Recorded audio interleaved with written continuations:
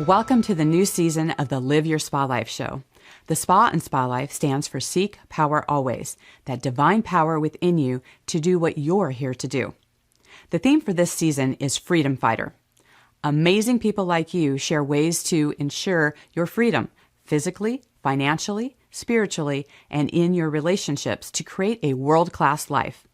In these times of uncertainty, it's time for you to move past the distractions and start trusting yourself more through your God-given knowingness. No one truly knows better what's best for you than you. In this season, you'll have plenty of examples of people choosing their best life and giving a voice of freedom to those who are also looking to have their best life. Thank you for sharing your precious time with us and being part of the Live Your Spa Life conversation.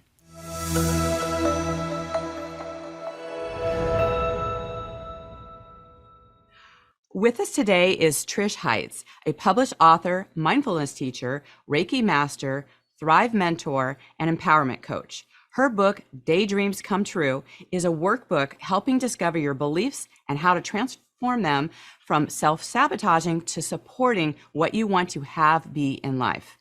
Trish has spent the last 20 years studying the mind-body connection, its relationship to disease, and how we sabotage. After surviving kidney cancer in 2002, she was determined to learn how we contribute to disease in our body. What she discovered, it's always about our beliefs. Having discovered her own self-sabotaging beliefs and healing them, she has learned how to overcome, transform, and forgive. She now spends her time sharing her lessons learned with others who are ready to heal their lives. Trish, welcome to the show. Thank you. I'm delighted to be here. Well, I think this is such a great conversation, especially in light of the last couple of years. People have been in a lot of fear, people kind of delegating their health in a lot of ways. What do you think where some of these negative beliefs actually come from? Well, they start in our childhood. As a child, we're trying to discover how we fit into the world, what's safe, what's not safe, and our brain's primary job is to keep us safe. So as everything is new and we're learning who this person is to us, what does that mean about me? Is this person, if I spend this time with this person, am I safe? Am I not safe, etc.? So our brain puts like little file cabinets. It has a file cabinet, puts little labels on everything. This is safe, this is unsafe. But because we have a child brain, we're not able to logically determine what something means about us. We're not able to look at things logically because we haven't developed that. Our brain is not developed enough to do that. So when something happens, if it's good, then we know, oh, I like that. Okay, that's safe. Something happens that's bad. Ooh, I don't like that. That's not safe. Why is that not safe? Oh, am I bad? That must mean I'm bad. That person treated me mean. I must be a bad person, etc. So we develop that in childhood and we put a label on it, and that makes our brain feel safe because we know, okay, label on that. We know, yes, that's good. No, that's bad. And then move on to the next thing. And so we do not go back as adults and revisit those beliefs to see if what we decided was true about it is true. So let me give you an example. So I always tell the story when I'm doing workshops, the red door story. So there's two little boys. So Joey lives in the house with the red door, and Joey has great toys and a great big playroom. And next door is Mikey, and Mikey likes to go to Joey's house all the time because he has so many toys and he has a great playroom. So Mikey every day goes over and knocks on the door, the red door, and the mom lets him in and the two kids play and everything is great. And one day, when Mikey went over to knock on Joey's red door, the mom had been trying on a Halloween costume that was a monster outfit, and she had a monster mask on. And when she opened the door, Mikey saw the monster and, he was traumatized. He ran away. He was scared. Of course, she went after him to take the mask off and explain it was her.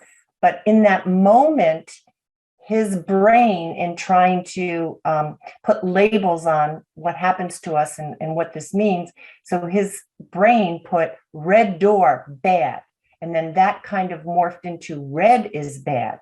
So this child grew up to be, so from that moment on, he never liked the color red. And it actually got to a point where he wouldn't wear red clothes. He wouldn't eat food that was red, et cetera, et cetera. And he grew up to be an adult who hated red. And he never, if someone said, why do you hate red so much? I don't know. I just don't like it. To a point where he and his wife were going shopping for a house. It was in the perfect neighborhood at the perfect play and the perfect price. And they walked through it and the wife loved it and it had a red door. And he said, I don't know what it is about this house. I just don't like it. I can't put my finger on it, because he wasn't aware of what his limitations were, what his self-sabotaging beliefs were based on that episode that happened when he was a little kid. But if he went back and he started questioning himself, like, where does this come from? Why don't I? The answer is all inside of us. We just have to go back and view it again and then take it apart and look at it from an adult mind.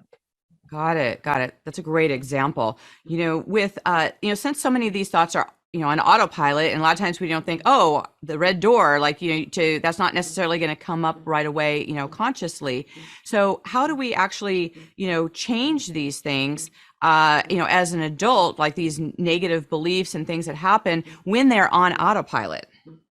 So I take in the book, I take people through a series of questions. So if your subconscious mind keeps information buried that if it feels it's unsafe, that would be re-traumatizing for you, your subconscious mind will prevent you from bringing that memory up, unless you say to your subconscious mind, I want to know, I want to know, I want to know.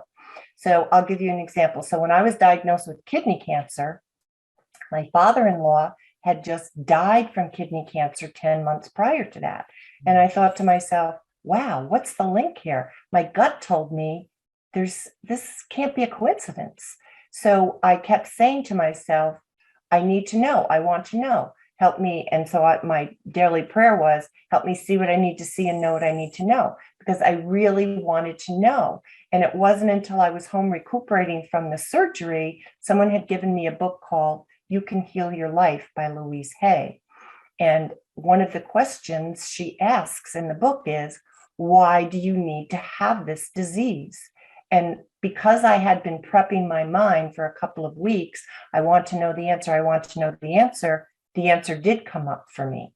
And I realized, wow, I understand now wow, this is amazing that I contributed to my own disease, because my father-in-law, I felt guilty about looking forward to his dying because he was going to leave us money. And not that, I went back and forth during the whole time that he was suffering from kidney cancer, knowing that he was going to leave us money so we could get a new house, and then doing the devil angel thing, one side to the other, like, oh my God, you're a terrible person. I can't believe you're looking forward to him dying. To the good side, the angel saying, I can't believe you're thinking that. To the side that was saying, oh, I can't wait, for that money so we can get a new house. So I realized that I had stored a lot of negative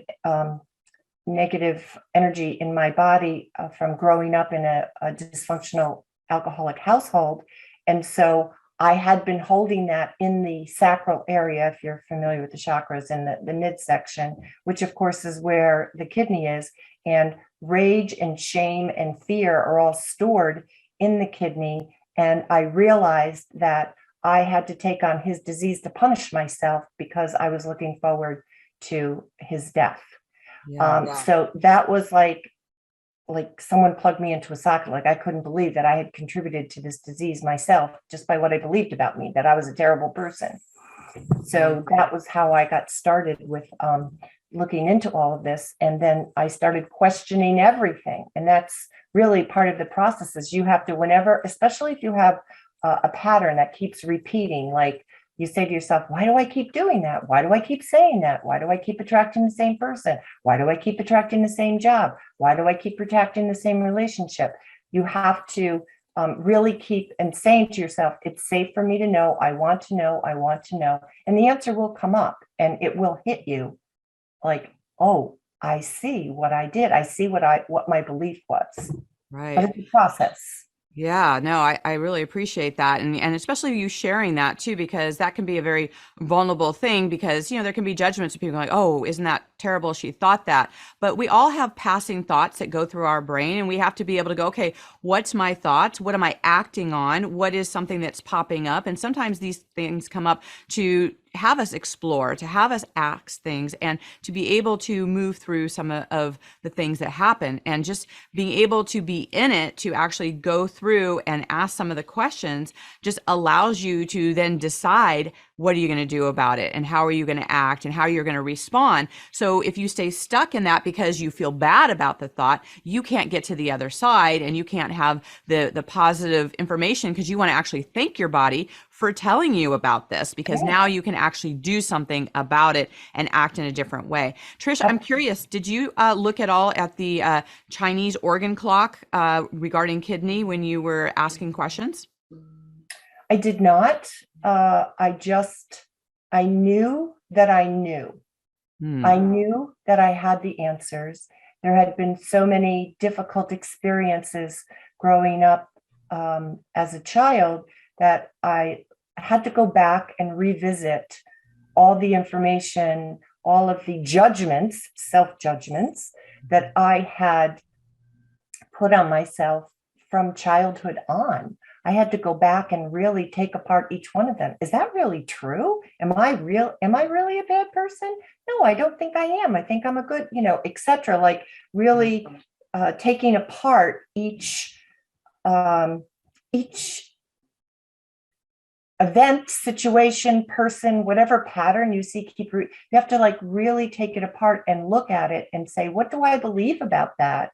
And really keep asking yourself, what does this mean? What does this mean? What does this mean? Because there is a meaning that you have labeled for this situation, event, relationship, whatever.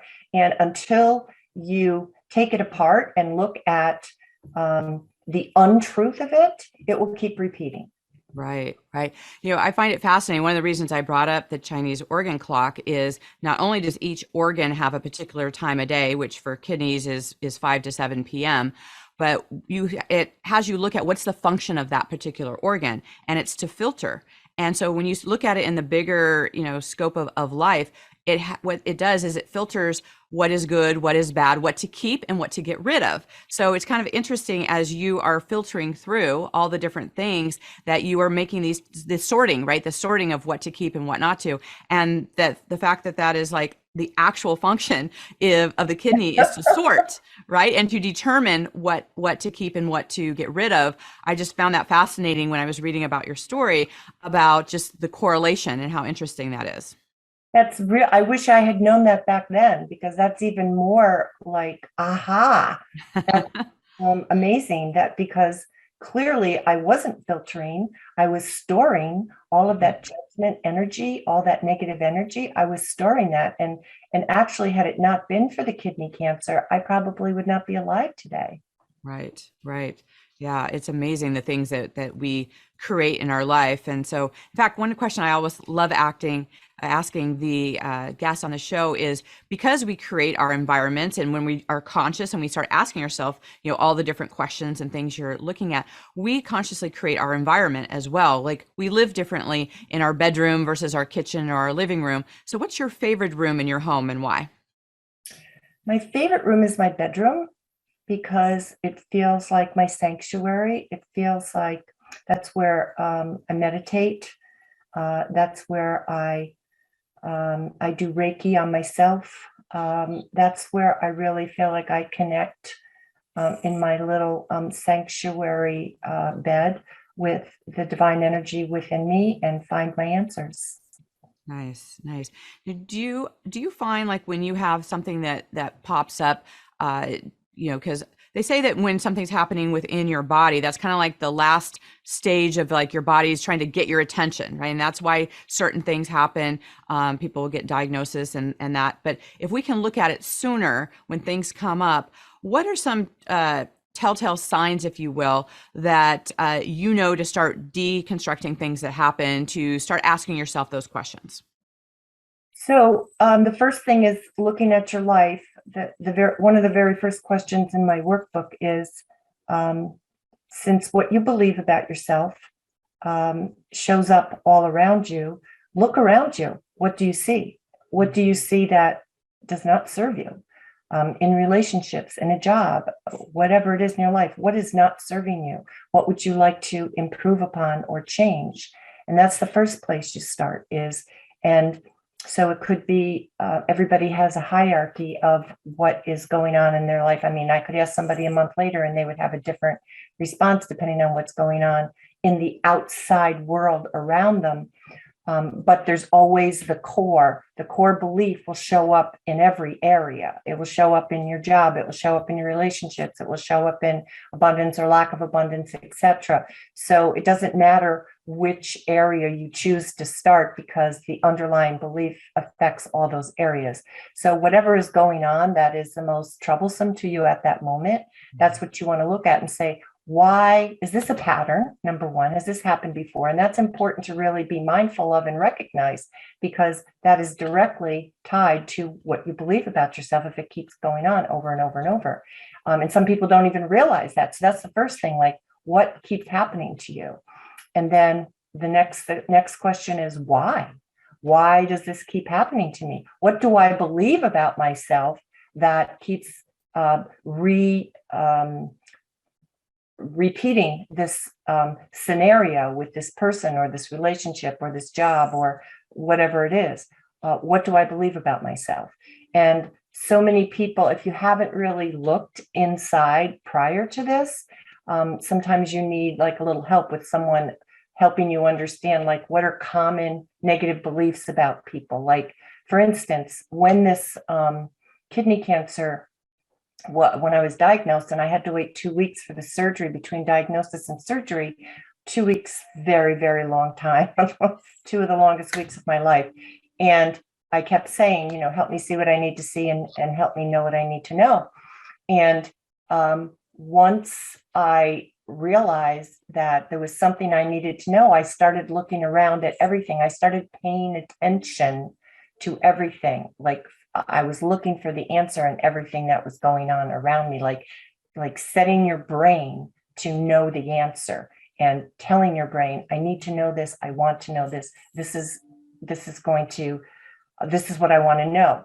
For me, when my husband told me that family friends had gone to a site for Padre Pio, and that they went there to say prayers for me, and I burst into tears and said, why did they do that? They went out of their way. They made that trip for me, to pray for me. I don't deserve that.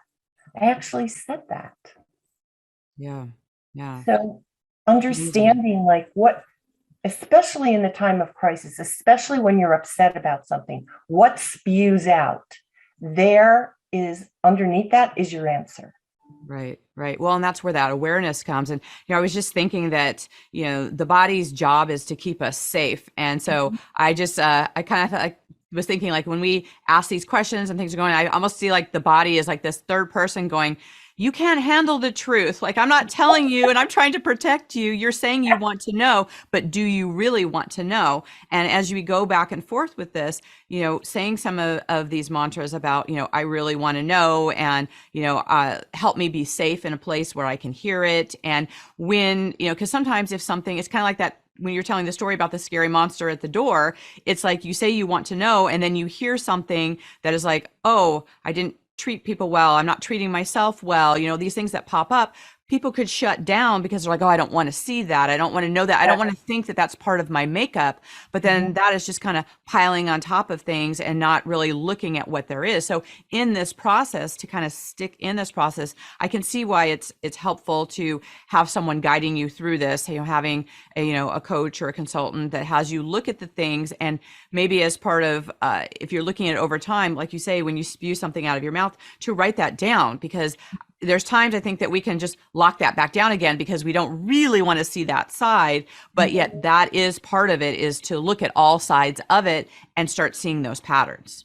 Absolutely. And like you said, the mantra of that it's safe for me to know, you have to actually tell your brain that it is safe, because like you said, your brain's job is to keep us safe. And if your brain thinks that you can't handle, especially, I mean, if it was something minor like the Red Door story, that will come up easily. But if there was a lot of trauma related to the event that started you with that belief, then it will take a little longer. You have to really tell yourself it's safe. And you have to really believe that inside. Like, I really want to know. If there's still fear inside of you, that, like, when you think of, do I really want to know some of the things that happened to me when I was a child? And if you're not ready, it won't come up if you don't tell your subconscious brain.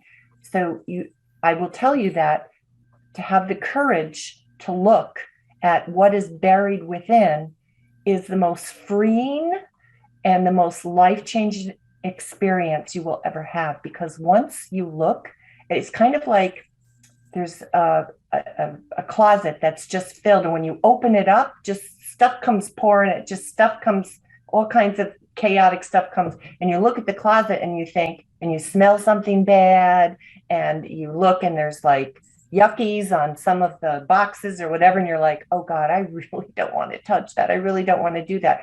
But it's the only way I'm going to have a clean closet, so I absolutely have to. So even if I just do a little bit each day, but it has to be done if you want that freedom and you want that living a life that you are in control and not your subconscious beliefs on autopilot. Right, right. Have you seen any correlation between people who have like the DID, the dissociative identity disorder, like where they compartmentalize, especially with, big childhood traumas, right? In fact, a lot of people have gone through like human trafficking, like these kind of things. They will compartmentalize those aspects of their life because, their body can't handle it, or it is too much for them, and the pain is really deep with that. And so when you have someone that has like that level of trauma and they've actually utilized that kind of shutting down of it and compartmentalizing, but then they do start seeing, find either disease or think patterns of things not working in their life and those type of things. When things are like that intense for an experience for someone, have you walked someone through something like that? Would you look at it in a little bit of a different way, or is there kind of a safer way to deconstruct that? Like, has any of that come up for you? Well, not for me personally, because I was able to deconstruct it at that aha moment that I had. But I have worked with a few people who didn't even realize that they had a traumatic event that they were burying.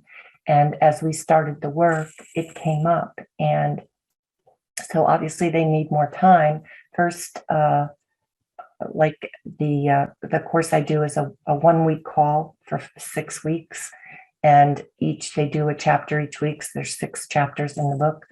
And so after she had done, I think it took until the 2nd or 3rd chapter before she had that, oh my God, I remember something, that she was molested by her grandfather. And she had up until that moment in time, she had buried it. She hadn't thought about it since it happened. She just buried it. And so, she needed more time with that. So that, obviously, we extended her time because she needed to be okay with the fact that this had nothing to do with her, because of course she thought that meant that there must be something bad that she did. If he hurt her like that, she must be bad. And so we had to kind of walk her through, and I had recommended that she find a therapist, because working with me and a licensed therapist, I think, is the best for something that's very intense and very traumatic like that. Got it. Oh, that's so great that, when someone discovers something, that, because I think a lot of times when people have something they compartmentalize, they know that there's something in there, but they don't know where to start, and having a process to begin and then to look and see, okay, what further support do I need as I move through this and have these things happen? It's freeing, right? It's very freeing for people. And, this is our theme, for this season of the show is, how are we choosing freedom, and what way that we're bringing that to our life. So for you, Trish, how are you choosing freedom in your life today? Well, I make decisions of what I need to do on a daily basis based on what serves me instead of what serves others, because that used to be how I did my life. What do I need to do today for someone else? That was always, whether it was my job or my children or my husband or a friend, like everything that I did was to serve something else. And it didn't matter whether it served me or not, because that was who I thought I was. I was, here, that was my value in the world, was to take care of other people. And if I wasn't taking care of other people, then I had no value. So it wasn't until I went through my whole process of questioning and paying attention, being mindful of reoccurring patterns, reoccurring people, jobs, etc. in my life, that I was able to, look at when I would see, okay, there it is again. Okay, so what are you going to do this time? It's not, I will tell you that just having that aha moment that this is what I thought it means, but that's not what it means, doesn't mean it's going away right then and there when you have that aha moment, because your brain is used to that automatic pilot. So you have to literally untrain your brain to do that. And you have to catch yourself each time you're saying or doing something that repeats the pattern. And that's definitely a process. You'll start with, after it happens, after you say what you usually say or do what you usually do, you will, when you really want to focus your brain on it, you'll recognize it post. And then hopefully, if you keep recognizing, at some point, you will recognize it in the middle of it. And then eventually you will recognize it before, and that's where the change comes. You'll be able to make that choice and be able to make a different choice pre-behavior, conversation, etc. But it's a process, and it takes a lot of patience.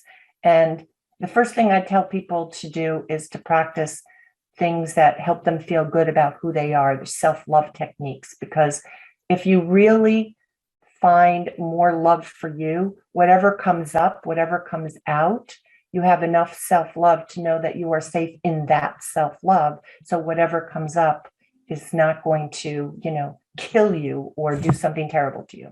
Right. I love that so much. Well, I'm sure, Trish, we could talk about this for quite some time. And I know that our listeners are going to want to stay in contact with you. How can they best do that? Well, they can go to my website, patriciaheitz.com. And my email is pheitz@patriciaheitz.com. And I would love to hear from anybody who has a question. What do I do about this? What do I do about that, etc. They can also get my book if they want to. I always recommend, if people don't know if they're ready to do coaching on their beliefs, they can just get the book and then start working on the book, because it's a workbook and it asks you all these very specific questions. And if you get stuck, then reach out, and I might be able to help you through the hump, and then you can finish the rest on your own. Or you might say, I feel like I've hit a nerve someplace, and I feel like I'm afraid to move forward, and I feel like I need somebody to hold my hand through this, and that's fine too. Perfect. Sound so good. Well, thank you so much for sharing your path and your wisdom, and giving people, the tools to look at, what's happening for themselves, and to have that awareness to move forward. So thank you so much. Thank you. My pleasure to be here. Thank you for having me. You got it. And to our listeners out there, if you are experiencing something and you can't pinpoint it, look at Trisha's book, be able to, start having awareness and share this, get this out there for people, because, unless we, if we're running on all these subconscious beliefs, and until we actually examine them and look at them and make them conscious, is when we actually can do something about it. So until we connect again, live your spa life. Bye for now. Bye-bye. Bye.